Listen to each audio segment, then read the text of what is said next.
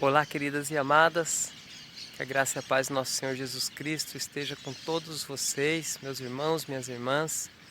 E eu venho fazer esse vídeo de uma forma solene, acho que é bem importante. O tema desse vídeo vai ser: quem somos nós? Eu acredito que você já conheça bem Apocalipse 14, a partir do versículo 6, né? Os três anjos com as três mensagens angélicas: temei a Deus e dá-lhe glória, pois vinda é a hora do seu juízo, né? E adorar aquele que fez o céu, a terra, o mar, as fontes das águas. E ali segue por diante. A minha grande questão é o seguinte: nós somos o povo escolhido de Deus, mas escolhido de Deus para quê? Não seria para demonstrar o caráter dele para um mundo que completamente se esqueceu? Ou que simplesmente não o conhece? Não somos nós um povo que Deus derramou luz, luz essa que Ele nunca antes tinha derramado sobre a face da terra, sobre todos os quesitos, quer espiritual, mental, físico, social, moral. Um povo que tem a mensagem da saúde. E que responsabilidade não é essa? Quando Deus tirou o povo de Israel do Egito, Ele levou esse povo para o deserto. E do deserto, todas as nações do mundo eram convidadas a ver o poder de Deus naquela nação. Mas eles tinham que ser obedientes. Quando a gente lê Deuteronômio capítulo 7, a gente compreende que as promessas de Deus para o povo de Israel eram condicionais. Se eles seguissem os mandamentos, os estatutos, os conselhos de Deus, seria um povo saudável, seria um povo inteligente, seria um povo bem-sucedido e abençoado e protegido por Deus. Mas no mesmo capítulo, mais ao final, a gente encontra que se eles fossem rebeldes, as consequências recairiam sobre eles. E eu gostaria de comentar com você. Gostaria de deixar bem claro que se nós não formos exemplos para bem, seremos exemplo para mal.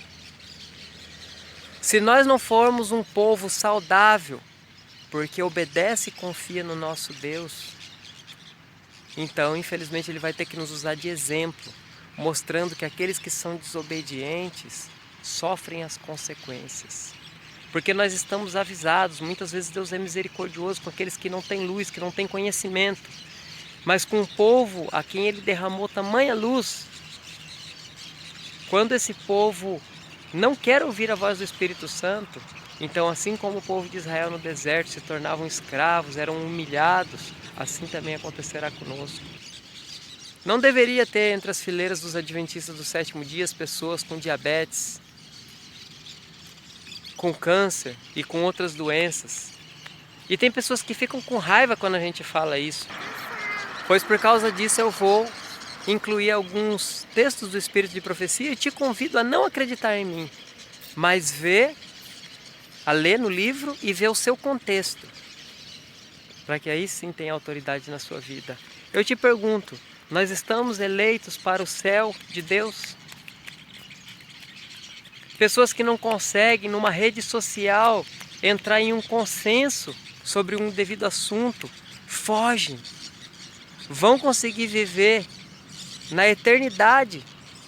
Você está preparado para chegar lá no céu e encontrar aquele irmão que você taxa ele como um irmão chato?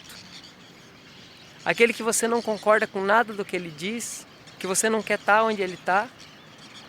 Como que vai ser a sua vida na eternidade lá no céu? Vai procurar uma casa longe da casa dele? O que faremos, amados irmãos? Em João 17, o Evangelho de João, capítulo 17, o verso 17, Jesus diz: santifica-os na verdade, a tua palavra é a verdade. E é interessante que em João mesmo, no mesmo Evangelho, no capítulo 14, verso 6, Jesus diz que Ele é o caminho, a verdade e a vida. Você conhece bem esses textos. E se Jesus é a verdade, então aquilo que Jesus viveu é o que eu devo buscar. E eu me pergunto a todo instante da minha vida, o que Jesus faria nessa circunstância? Só que algumas pessoas veem um Jesus muito passivo. Elas ignoram Jesus enfrentando os fariseus da época, hipócritas. e pedindo que o povo não fosse como eles, estava Jesus a julgar os fariseus? Esquecem-se de Jesus limpando o templo. Há pessoas que quando ela se sente desconfortável, a primeira coisa que vem na mente dela é fugir. Mas eu te digo, até quando você vai fugir? Porque vai chegar um momento que não dá mais para fugir. Vai chegar um momento que você vai ter que enfrentar o problema. E como você vai reagir, você que sempre fugiu do problema, que te deixava desconfortável? Eu te pergunto, nós seremos vitoriosos ou fracassaremos? Porque Deus te deu um ministério. E o que Ele espera de você? E essa é a grande pergunta que eu quero fazer nesse vídeo. O que Deus espera de você? E o que Satanás espera de você? Eu acredito que Deus tem um propósito na vida de cada pessoa. Particularmente procurei entender o que Ele esperava de mim. Foram mais de 300 madrugadas buscando Ele com humilhação, jejum e oração. E eu não pretendo ser mais do que ninguém com isso, porque essa minha experiência só me mostrou que eu sou o maior pecador da face da terra. E eu estou feliz porque eu tenho também o maior Salvador. Mas durante essas madrugadas Deus me mostrou que o que Ele queria de mim é que eu fosse para Ele um João Batista para esses dias. Eu me propus a ser um Salomão, mas não era bem o que Ele queria. E eu não entendi esse chamado de Deus por coisas bobas como eu sou casado, tenho filha e outras coisas mais. Mas eu falei, Senhor, se o Senhor foi capaz de me perdoar por tudo que eu te fiz, então o mínimo que eu posso te dar é: faça sua obra em mim, que o teu Santo Espírito mude meu coração, que o Senhor me capacite. E hoje o Espírito Santo de Deus é a minha consciência. Muitas vezes eu temo estar errado, mas o que me motiva é o desejo de fazer o certo. O que me motiva é o chamado que Deus me fez. E eu pergunto agora para você, qual é o seu chamado? A gente tem a mania de julgar o chamado de Deus muito pequeno para o que nós podemos dar. Isso é um erro. Porque no céu vai se ver que uma recepcionista de igreja era tão importante quanto o pastor, ou o pregador, ou um diácono, ou seja lá quem for. Particularmente, algo que me manteve muito na igreja foi aquele calor que eu recebia na recepção. E o que eu quero dizer com isso é que se Deus te chamou para o Ministério da Saúde, então não pense que esse não é o mais importante ministério que existe, porque ele é. Pelo menos para você. Pelo menos para o que Deus pode fazer se você se colocar nas mãos dele.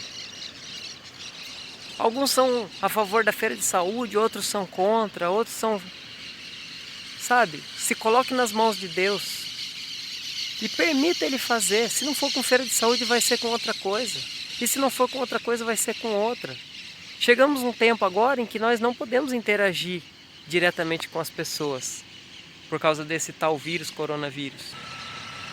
Deixaremos de pregar o Evangelho por causa disso? Impediremos Deus de cumprir o propósito dele em nossas vidas por causa disso? Não seria um tempo de se reinventar? De procurar ser criativo? Sei lá, pregar através das redes sociais? E é nesse ponto em que eu lanço minha revolta. A igreja ela se organiza de uma forma que uns estão sempre prejudicando outros. Não estou dizendo que essa é a intenção. Mas por não estarem preparados, por não se colocarem nas mãos de Deus, por não perguntarem o que Cristo faria no meu lugar, constantemente tentando ajudar Deus, elas estão sempre atrapalhando a obra. E o que deveríamos fazer? Compreender o que Deus quer de mim e dar isso para Ele. E o que Ele não pede para mim, isso eu não tenho que tentar dar. Entenda que o que Satanás quer de você é simplesmente impedir que você se entregue nas mãos de Deus. É simplesmente impedir que Deus alcance o propósito dele na sua vida. Nós começamos um grupo na igreja e passa-se uma semana, picuinhas, picuinhas e picuinhas, o grupo está completamente desfeito. Nós começamos um trabalho evangelístico, passa-se uma semana, fulano não se dá com Beltrano e a obra é interrompida. Nós começamos um grupo para trocar informações sobre saúde, daqui a pouco todo mundo começa a sair porque não concorda com o ponto de vista de Cicrano, ou de Timbano, ou a forma como um se expressa. Nós estamos constantemente impedindo Deus de fazer a obra dele na nossa vida. E Satanás está sendo constantemente bem-sucedido em atrapalhar a obra de Deus. Pelo menos no nosso chamado.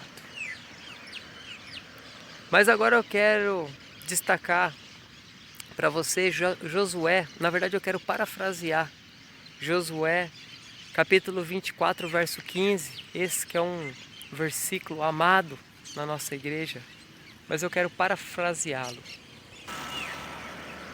Porque eu e a minha casa, ou ainda que eu sozinho, me entregarei e servirei ao meu Senhor. Amados, eu jamais pretendi ser perfeito. E se alguém viu algum erro, alguma coisa em mim, exorte-me. Exorte-me com amor. Exorte-me à luz da palavra de Deus. Eu estou pedindo. Exorte-me. Porque nesse exato momento não existe nada que eu quero mais do que permitir que Deus cumpra no mais alto grau o propósito dele na minha vida. E auxiliar quem quer que seja a permitir que Deus faça o mesmo em sua vida.